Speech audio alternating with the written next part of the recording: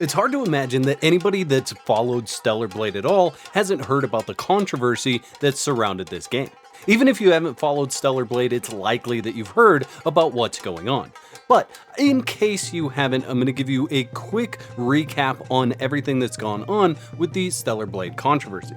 Essentially, there are two camps, although in my mind I think there's three, and I'll explain that in a moment, but there are two camps. One camp that says this game is amazing and we want to play it because it has a really good looking character in the game. Then there's a camp that says, well, this really good character shouldn't be in the game and that's the only reason why this game is selling, and that's simply not true.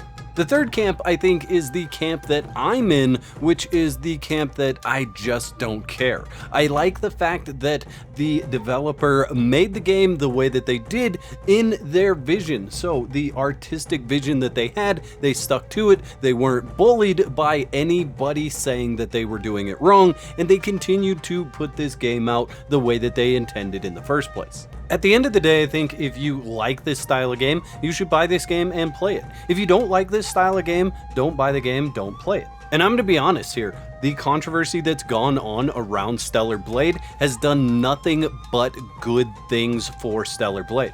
Yes, there's been a blowback since there's been some censorship in the game, and I think people are in their right to have an issue with that censorship since the game was sold based on certain appearances being in the game, and those were later changed. Now, what attracted me to Stellar Blade in the first place was the trailer that I saw with the absolute amazing over-the-top looking fights that were in that trailer. I couldn't believe how cool the enemies looked, and then how stunning the character that you play, Eve, actually looked while fighting. It looked like she was nimble, aerobatic, and ferocious all at the same time, which is something that I really enjoy in games. Now let's face it, sometimes games do sell solely on the aesthetic appeal or the quote-unquote male gaze, the term that everybody's been throwing around recently. However, Stellar Blade stands on its own with an actual good gameplay. Believe me, I've played games where it's all about the character's look. In the past, I can name a couple off the top of my head: She Will Punish Them and League of Maidens. Both of those had high reliance on the aesthetic of the character that you were playing, and the gameplay just fell short. It was slow or boring or not intuitive, where Stellar Blade's gameplay is fast, fun, and exciting. It's not perfect. It is definitely not perfect, but the combat is good fun. And let's face it, if at the end of the day you are not playing games for fun, you should probably pick up a different hobby, because games are meant to be fun, enjoyable, and yes, aesthetically appealing to a multitude of different people. Whether it's the landscapes, the enemies, the character model, that is part of the purpose of what games are designed for.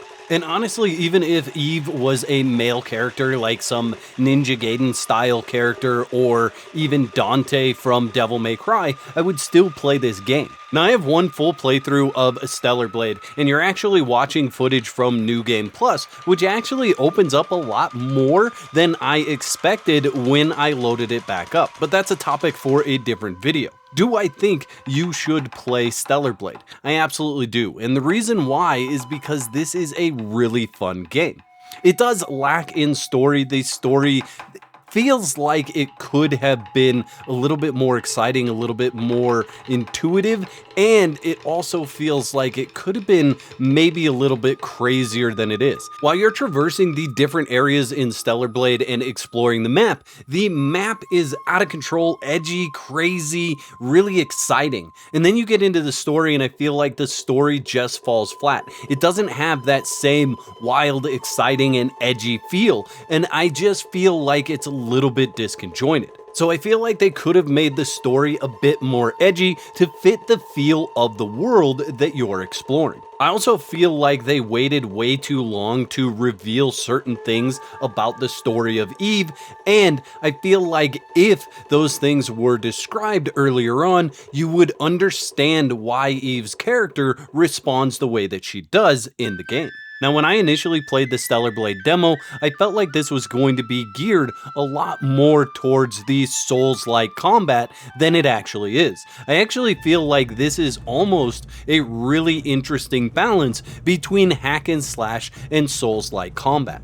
It's a good meld of combat where I feel like sometimes it plays like God of War, other times it plays like Devil May Cry, and even other times you're playing like Nier Automata. So it really does have a nice feeling to the combat, and once you can figure out your best style to move through the game, I think you'll enjoy the combat. There are a lot of different exospines that will allow you to customize your character in the style of combat that you want. I personally like stealth in games, and I'm happy to say that there is a stealth function within Stellar Blade. It's not huge, you're not going to be able to stealth through the entire game, but there is the option to add some stealth to it through the exospines that you find. There are two different styles of maps that you're going to find in Stellar Blade. The first is going to feel very linear. These are mainly reserved for main storylines where you are going after a single or multiple objectives, and it does kind of lead you through that area.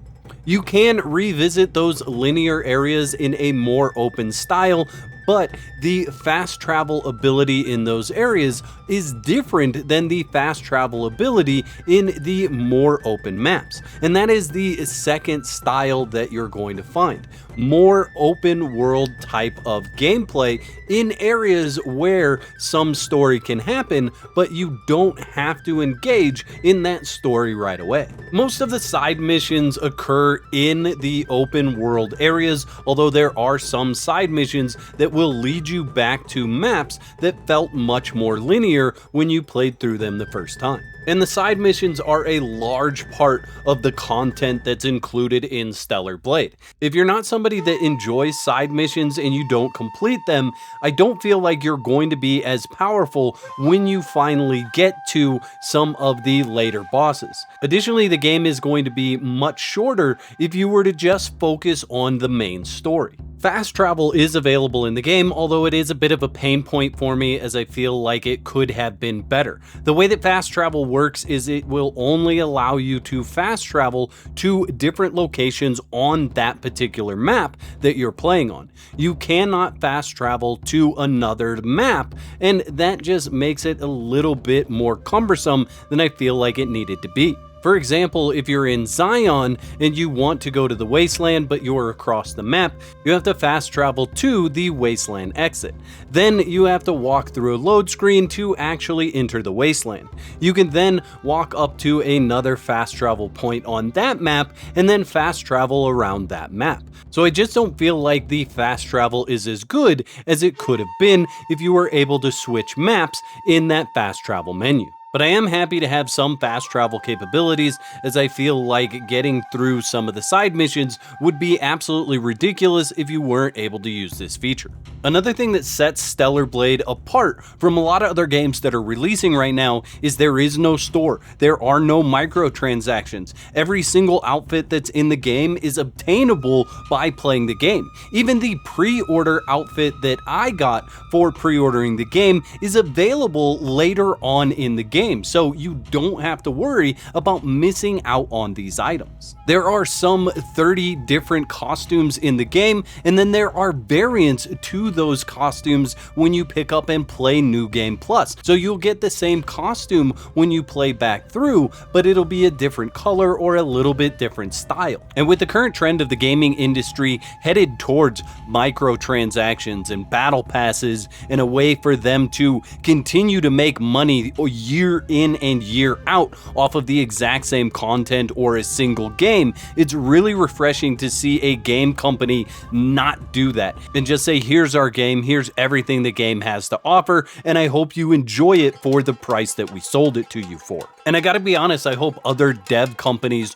look at the success of Stellar Blade and say they could do it that way and we can too. So I hope this sets a precedent for other gaming companies to take a stand on developing the game that they want to develop, and then to not engage in these predatory practices like adding a store or a battle pass to their game.